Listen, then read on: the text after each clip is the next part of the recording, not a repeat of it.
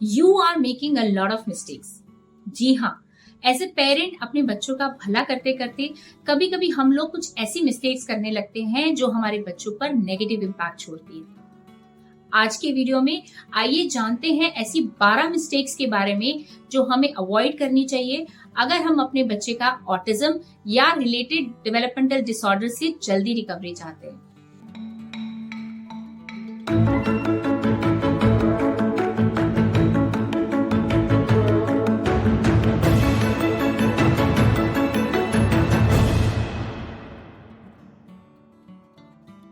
Hi, welcome back to संयम। मैं हूं राखी वर्मा और मैं हूं भूषण वर्मा।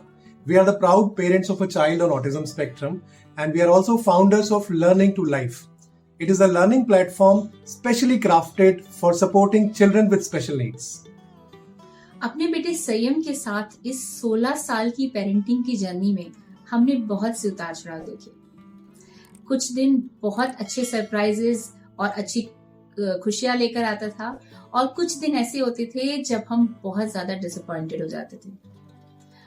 इन 16 सालों में संयम ने एक चीज जो हमें बहुत अच्छे से सिखाई वो था संयम, यानी कि पेशेंस, और उसी के थ्रू हमने बहुत सारी चीजें सीखी।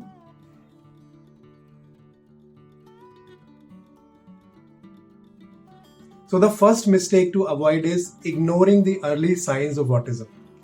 जब हमारा बच्चा बहुत छोटा होता है उस स्टेज पर ही बच्चे आजकल आई कांटेक्ट देना शुरू कर देते हैं, सोशल स्माइल देते हैं, अपने नियर एंड डियर वंस को, पापा मम्मा को हल्का हल्का सा रिस्पॉन्ड करना शुरू कर देते हैं। लेकिन अगर ये चीज़ें मिसिंग दिखती है, it is a sign, it is an alarming sign. इसके अलावा कुछ और भी टिपिकल बिहेवियर्स हैं जो हो सकता है कि आपको बच्चे में नजर आए, जैसे नाम देने पर, उसका नाम बुलाने पर उसका रिस्पॉन्ड ना करना, या फिर रिपीटेटेड बिहेवियर्स करना जब थोड़ी सी एज बढ़ती है उस टाइम पे। अगर ऐसे भी कोई सिम्टम्स आपको नजर आते हैं then also you should be alarmed. हम जिस तरह के कल्चर में रहते हैं, हमारे आसपास बहुत से लोग होते हैं जो अक्सर हमें सलाह देते हैं कि अभी तो बच्चा बहुत छोटा है, आप बेकार में ही टेंशन ले रहे हैं, आप परेशान हो रहे हैं, थोड़ा सा बड़ा होने दीजिए, ये सिम्टम्स अपने आप चले जाएंगे, या फिर बच्चा बोलना शुरू कर देगा, आई कॉन्टैक्ट देना शुरू कर देगा, नाम पे सिर्फ रिस्पॉन्ड ही तो नहीं कर रहा है, रिस्पॉन्ड करना शुरू कर देगा, अभी तो बहुत छोटा है। लेकिन एज अ पेरेंट हमें हमेशा पता होता है कि क्या हमारे बच्चे के साथ सब कुछ ठीक है या कोई कंडीशन हो सकती है। एज अ पेरेंट आपने जज करना है और आपने वेट नहीं करना है। अगर आपको थोड़ा सा भी डाउट है कि कुछ अंडरलाइंग सिचुएशन, कोई कंडीशन हो सकती है, तो आप बच्चे का तुरंत असेसमेंट करवाइए। Remember, each day is crucial for your child, specially in the early ages.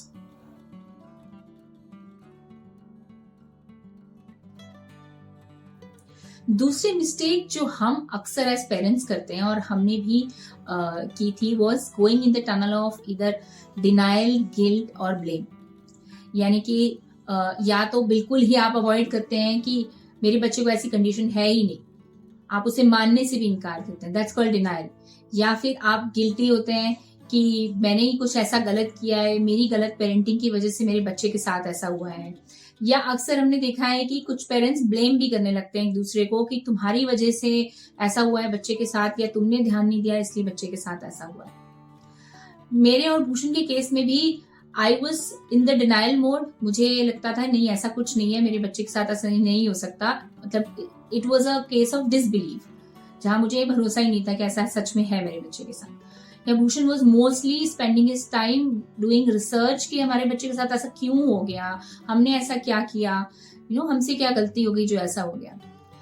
मगर मैं एक चीज आपके साथ शेयर करना चाहती हूँ कि इस तरह की इमोशंस नेगेटिव इमोशंस हैं। ऑल्दो आप अपने बच्चे के साथ काम कर रहे हैं, उसके साथ पूरा मेहनत कर रहे हैं, लेकिन ये इमोशंस कहीं ना कहीं आपकी एनर्जी को कम करते हैं, आपकी पॉजिटिव एनर्जी को कम करके आपके अंदर जो नेगेटिव एनर्जीज है वो उसको उभारते हैं। और इन अ वे हम जब बच्चे के साथ काम भी कर रहे होते हैं, ये नेगेटिव एनर्जीज आपके बच्चे को भी इम्पैक्ट करती हैं। तो बहुत जरूरी है, अगर आप इनमें से किसी टनल में हैं, डिनायल या डिसबिलीफ, गिल्ट या ब्लेम, तो इससे आपको बाहर आना है और एक्सेप्ट करना है इस कंडीशन को। ये कंडीशन है क्योंकि शायद ऊपर वाले ने आपके कंधे मजबूत दिए हैं, तभी आपको एक बड़ी रिस्पॉन्सिबिलिटी दी है निभाने के लिए। अपने लिए एक पॉजिटिव कॉन्टेक्स्ट क्रिएट करना, एक पॉजिटिव एनवायरनमेंट क्रिएट करना जिसमें आप हमेशा के लिए रह रहे हैं और अपने बच्चे के साथ उस एनवायरनमेंट में काम कर रहे हैं। ये आपका और आपके बच्चे दोनों के लिए, आपकी फिजिकल और मेंटल हेल्थ के लिए भी बहुत जरूरी है।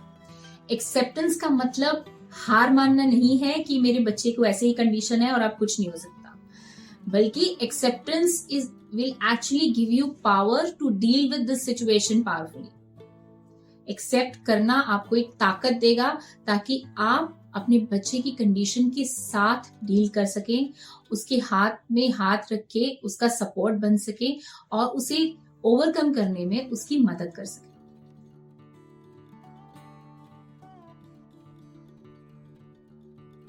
एज पेरेंट्स हम में से बहुत से लोगों की एक टेंडेंसी होती है अपने बच्चों को कंपेयर करना दूसरे बच्चों के साथ, कि उनका बच्चा तो अभी इस एज में ये सारी बातें कर लेता है, वो ये चीज़ें कर लेता है, लेकिन हमारा बच्चा तो अभी बोल भी नहीं रहा, हमारा बच्चा तो अभी अपने नाम पे भी रिस्पॉन्ड नहीं कर रहा। तो कंपैरिजन आपने अपने बच्चे का किसी और बच्चे के साथ नहीं करना। यू हैव टू अंडरस्टैंड कि हर एक बच्चा यूनिक है, उसके चैलेंजेस यूनिक है, उसकी अपॉर्चुनिटीज और उसकी पोटेंशियल यूनिक है। हमने अपना फोकस ये चिंता करने में नहीं लगाना कंपैरिजन की, हमने अपना फोकस बच्चे के साथ सही डायरेक्शन में सही समय पे काम करने में लगाना है, सो दैट जो भी चैलेंजेस है उसको हम अपने बच्चे को ओवरकम करा सकें।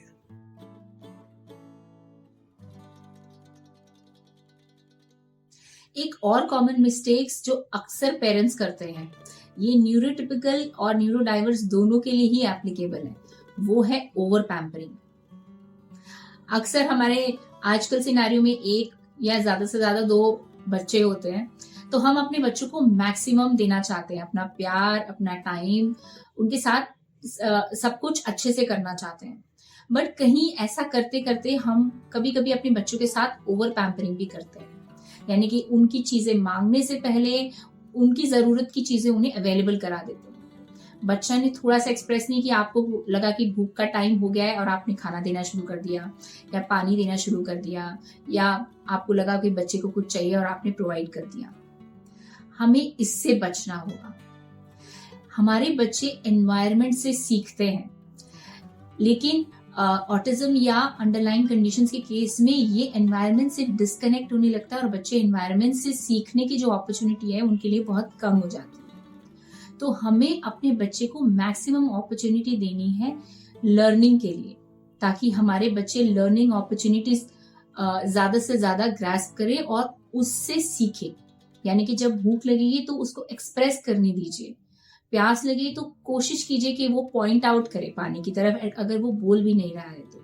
अगर हम सब कुछ बहुत इजीली प्रोवाइड कर लेंगे तो इन अ वे हम अपने बच्चे से लर्निंग अपॉर्चुनिटीज या स्पीकिंग अपॉर्चुनिटीज जो है वो छीन रहे हैं।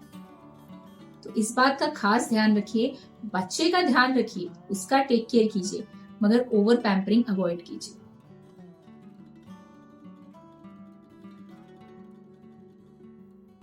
एक और मिस्टेक जो हम में से बहुत से पेरेंट्स करते हैं, जैसे ही हमें पता लगता है कि हमारे बच्चे के साथ ऑटिज्म या ADHD या और कोई न्यूरो डेवलपमेंटल कंडीशन है और हमारा बच्चा सोशली एप्रोप्रिएट बिहेवियर नहीं करता, तो हम बच्चे को हाउस अरेस्ट कर देते हैं। इन सिंपल वर्ड्स अगर मैं बोलूँ तो हम बच्चे को बाहर ले जाना अवॉइड करते हैं, पार्क में ले जाना, फंक्शंस में ले जाना, कि पता नहीं लोग क्या कहेंगे। तो आपने लोगों के बारे में नहीं, अपने बच्चे के बारे में सोचना है। हमारे बच्चे एनवायरनमेंट से बहुत कुछ सीखते हैं। जब वो पार्क में जाते हैं, मिट्टी को हाथ लगाते हैं, राइड्स पे जाते हैं, दूसरे बच्चों को खेलते हुए देखते हैं, ये सारी की सारी चीजें हमारे बच्चों को लर्निंग अपॉर्चुनिटीज प्रोवाइड करती हैं। हमने ये लर्निंग अपॉर्चुनिटीज अपने बच्चे से किसी भी हालत में नहीं छीननी है, स्पेशली सिर्फ इस वजह से कि लोग क्या कहेंगे। We should make appropriate arrangements. अगर कोई सेंसरी इश्यूज है बच्चे को, मान लीजिए अगर ऑडिटरी सेंसरी इशू है और शोर से प्रॉब्लम होती है, तो आप बेशक से हेडफोन पहना के बच्चे को बाहर लेकर जाएं, लेकिन बच्चे को ये एनवायरनमेंट से और बाकी सारी चीज़ों से, लोगों को देखकर सीखने की जो लर्निंग अपॉर्चुनिटी है, उससे हमने बच्चे को डिवाइड नहीं करना है।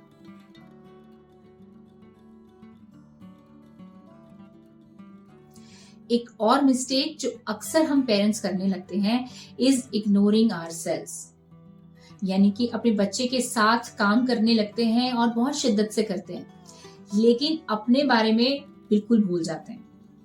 हम ये भूल जाते हैं कि हमारे आसपास लोग हैं जिनसे हम सपोर्ट ले सकते हैं।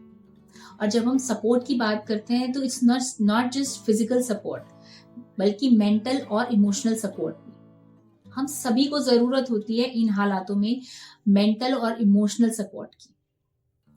लेकिन कभी कभी हम एज पेरेंट्स की सब कुछ अपने ऊपर ही ले लेते हैं, सारी जिम्मेदारियां अपने ऊपर अकेले ही उठाने लगते हैं। कभी कभी तो दोनों पेरेंट्स में से एक ही पेरेंट होता है जो बहुत ज्यादा जिम्मेदारियां ले रहा है और दूसरा किसी और चीज में ही इन्वॉल्व है।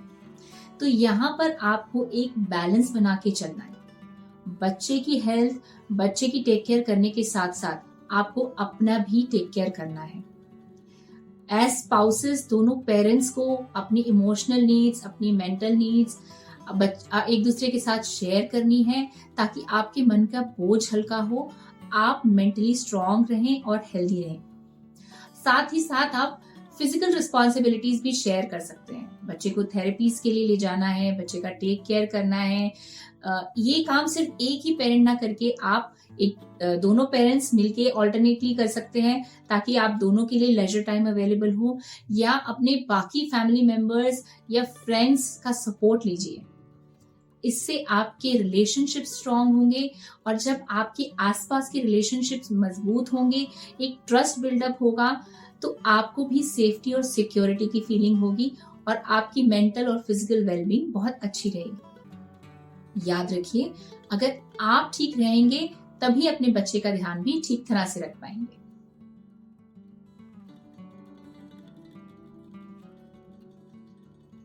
Another common mistake that we make is jumping from one task to another. हम अपने बच्चे को बहुत अच्छे से ट्रेन करने के चक्कर में उसे बहुत सारी चीजें एक साथ कराने लग जाते हैं। फॉर एग्जाम्पल, अगर बच्चे के हमने सिटिंग बिहेवियर पे काम करना है, तो हम सिटिंग बिहेवियर के साथ साथ हम सोचेंगे कि उसकी स्पीच पे भी काम करा लें, हम उसकी फाइन मोटर्स पे भी काम करा लें, उसके ग्रॉस मोटर स्किल्स पे भी काम करा लें। तो ये सारी की सारी एक्टिविटीज में फिर अल्टीमेटली अचीव कुछ भी नहीं होता। सो हमें क्या करना है, हमें बहुत स्पेसिफिक छोटे छोटे शॉर्ट टर्म गोल्स बनाने हैं और उन गोल्स पे 1 बाय 1 चलना है। सो मान लीजिए कि अगर हम बच्चे को कलर्स सिखा रहे हैं, तो हम कलर्स के साथ साथ उसको उन डिफरेंट कलर्स की कुछ चीजों के बारे में बता सकते हैं फॉर श्योर, लेकिन ये जरूरी नहीं कि हम उसी के साथ साथ उसको अल्फाबेट्स के बारे में, नंबर्स के बारे में भी सिखाना शुरू कर दें। It will be too confusing for the child. So अगर एक गोल कलर्स का लिया है, तो उस कलर्स के गोल को पहले अचीव करें, उसके बाद और चीजों पे आगे बढ़ें। तो बच्चे को हमने कंफ्यूज नहीं करना और clear set targets, clear set goals लेकर 1 बाय 1 स्टेप बाय स्टेप धीरे धीरे बच्चे के हिसाब से हमने आगे बढ़ना है।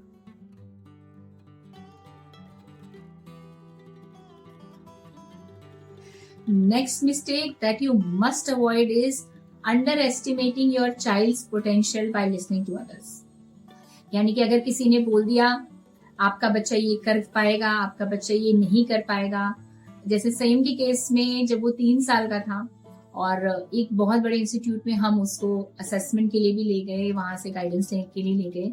वहां उन्होंने ये बोला कि आपका बच्चा अब नहीं बोल पाएगा, इसको ऑटिज्म है और आप लोगों को साइन लैंग्वेज सीखना चाहिए ताकि आप बच्चे के साथ कम्युनिकेट कर पाए। It was so heartbreaking for us to even उस बात को सुनना और डाइजेस्ट करना भी।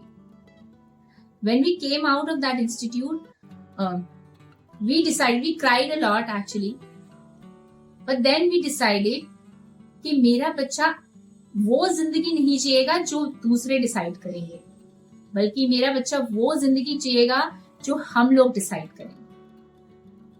आई डोंट केयर लोग क्या बोलते हैं, आई डोंट केयर कोई मेरे बच्चे के लिए क्या सोचता है या क्या बोलता है, लेकिन मेरा बच्चा वैसी जिंदगी जिएगा जैसे हम चाहते हैं और जैसे हम सोचते हैं और देखते हैं। तो आपको भी अपने बच्चे का साथ नहीं छोड़ना है, उसका हाथ नहीं छोड़ना है। भले ही आसपास के लोग आपको हो सकता है पॉजिटिव लोग मिले जो बढ़ावा देंगे, बहुत अच्छी बात है, लेकिन कभी कभी आपको लोग ऐसी बातें भी कर सकते हैं जो शायद आपके बच्चे के लिए सही नहीं हो। तो आपको वो चॉइस मेक करनी है, वो डिसीजन मेक करना है कि आपका बच्चा किस तरह की जिंदगी जिएगा, ना कि दूसरे लोगों को अपने थॉट्स पर हावी होने में। जब आप डिसाइड करेंगे कि आपको अपने बच्चे के लिए कौन सा पाथ चूज करना है, then do whatever you can to achieve that. उस assessment के बाद it took us 16 months. We tried whatever we could, लेकिन 16 months के बाद संयम बोलने लगा. तो एज ए पेरेंट आपने दूसरों के कहने पर जाने से पहले आप बच्चे के बारे में सोचिए कि आप क्या चाहते हैं, अपने बच्चे को कैसी जिंदगी देना चाहते हैं, and then try out whatever you want to try out. अपने बच्चे के लिए जो भी आपको ठीक लगे वो कीजिए जरूर. कोशिश में कमी मत रखिए, क्योंकि आपकी कोशिश आपके बच्चे की जिंदगी बदल सकती है.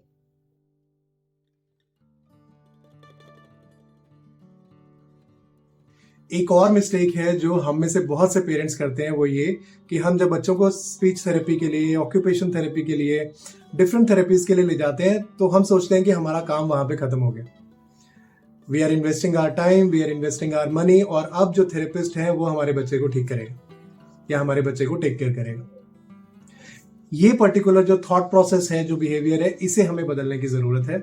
याद रखिए कि हमारा बच्चा हमारे थेरेपिस्ट के पास सिर्फ 1 घंटा 2 घंटे के लिए दिन में होता है, एंड थेरेपिस्ट के पास बहुत सारे बच्चे होते हैं टेक केयर करने के लिए. हर एक को इंडिविजुअल अटेंशन देना कभी कभी पॉसिबल नहीं हो पाता.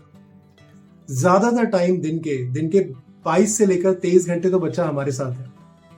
उस टाइम को हम यूटिलाइज कर सकते हैं. तो बहुत इंपॉर्टेंट है कि थेरेपी सेंटर में बच्चे के साथ क्या एक्सरसाइजेस, क्या एक्टिविटीज हो रही है, उसके ऊपर just keep an I on that.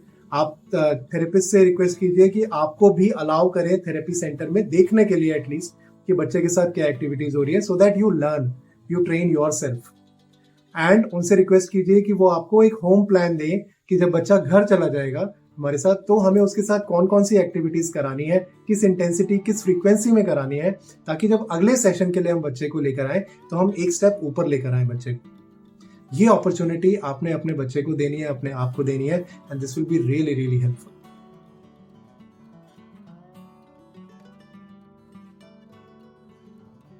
Another mistake जो हम अब पेरेंट्स करने लगते हैं अक्सर is giving negative commands to our child. यानी कि अगर बच्चा इधर उधर भागेगा तो हम नेचुरल सी टेंडेंसी हम बोलेंगे डोंट रन या मत भागो. लेकिन हम अक्सर ये भूल जाते हैं कि ये नेगेटिव कमांड्स न सिर्फ बच्चे के माइंड पर एक नेगेटिव इम्पैक्ट छोड़ती है, बल्कि हमारे बच्चे जो न्यूरो डाइवर्स है उसको कनेक्ट करने में बहुत डिफिकल्ट होता है, क्योंकि उनके पास कोई सोल्यूशन नहीं है. फॉर एग्जाम्पल, अगर आपने बोला वो भाग रहे हैं और आपने बोला मत भागो या डोंट रन, तो अगर वो रन नहीं करें तो क्या करेंगे?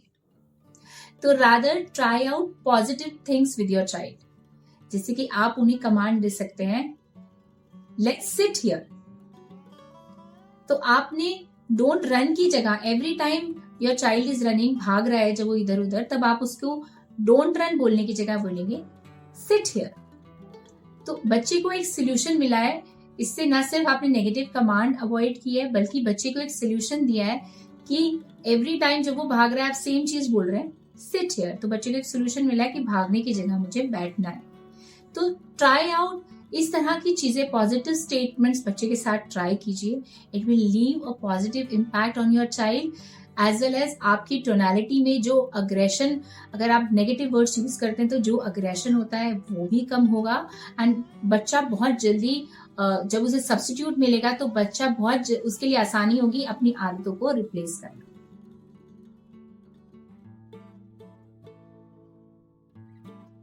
Another mistake to avoid is overdoing stuff with your child. जब हमें पता लगता है कि बच्चे के साथ कोई कंडीशन है तो हम अपना 100% देने की कोशिश करते हैं और हम चाहते हैं हमारा बच्चा जल्दी से जल्दी एनवायरनमेंट के साथ कोरिलेट करना शुरू कर दे, जल्दी से जल्दी जो भी उसको चैलेंजेस आ रहे हैं उनको ओवरकम करना शुरू कर दे. इस सब प्रोसेस में हम बच्चे के साथ बहुत सारा टाइम, इनफैक्ट जो भी टाइम स्पेंड करते हैं हमारे दिमाग में ये चल रहा होता है कैसे बच्चे को कोई नई चीज सिखाएं, कैसे उसके साथ कोई एक्टिविटी करे, कैसे उसके साथ कोई थेरेपी करे. ये सारे प्रोसेस में हम बच्चे के साथ लेजर टाइम स्पेंड करना, फन टाइम स्पेंड करना ये भूल ही जाते हैं.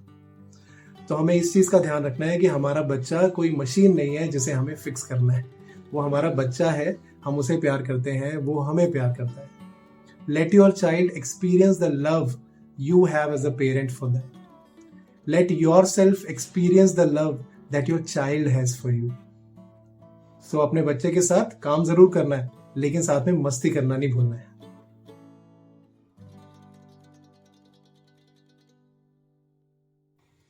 और एक सबसे बड़ी गलती जो हम पेरेंट्स अक्सर करने लगते हैं इज उम्मीद का दामन छोड़ने लगते हैं। कभी कभी ऐसा होता है कि आप किसी चीज के साथ बहुत टाइम से काम कर रहे हैं अपने बच्चे के साथ, मगर रिजल्ट्स नहीं आ रहे हैं, तो उस केस में हम हिम्मत हारने लगते हैं, कभी कभी उम्मीद छोड़ने लगते हैं। उससे आपको बचना होगा, क्योंकि हर दिन एक नई शुरुआत है। इस तरह हमें लेकर चलना है अपने बच्चों के साथ। अपने बच्चों के साथ काम करते हुए आपके लिए होप और पेशेंस, ये 2 कीज हैं जो आपको हमेशा अपने साथ रखनी है। आपको नहीं पता कि आप मंजिल से कितना कम दूरी पर हैं, मगर वहां पर आकर अगर आपने उम्मीद का दामन छोड़ दिया या पेशेंस का दामन छोड़ दिया, तो आपके बच्चे के लिए शायद जो अवेलेबल हो सकता है वो ना हो। तो उम्मीद और सब्र, इन दोनों चीजों को कभी अपने से अलग मत होने दीजिए। वी रियली होप कि आज की वीडियो से आपने कुछ नया सीखा होगा, और ऐसा कुछ सीखा होगा जिससे कि आप अपने बच्चे की लाइफ में इंप्लीमेंट करके, अपनी लाइफ में इंप्लीमेंट करके वैल्यू ऐड कर पाएंगे अपने बच्चे की ग्रोथ में। हमने रिसेंटली नोटिस किया कि आप में से बहुत से लोग हमारे वीडियोस देखते हैं, अप्रिशिएट करते हैं, लेकिन अभी तक आपने चैनल को सब्सक्राइब नहीं किया है। चैनल को सब्सक्राइब करना एक छोटा सा 30 सेकंड्स का एक टास्क है जो कि आपके लिए फ्री है, लेकिन इससे हमें बहुत मोटिवेशन मिलती है फर्दर कंटेंट बनाने की, अपने एक्सपीरियंस को शेयर करने की और आपकी लाइफ में फर्दर वैल्यू ऐड करने की। सो अगर आपने अभी तक सब्सक्राइब नहीं किया है चैनल को, तो take 30 seconds, hit the subscribe button, press the bell icon so that you stay updated with the information. So याद रखिए कि लोग क्या बोलेंगे उसकी वजह से आपने अपने आप को इम्पैक्ट नहीं होने देना, और अपने बच्चे के लिए वो करना है जो उसके लिए बेस्ट है, क्योंकि जो आप अपने बच्चे के लिए कर सकते हैं वो और कोई नहीं कर सकता। See you very soon in our next video. Till then, take care. God bless you.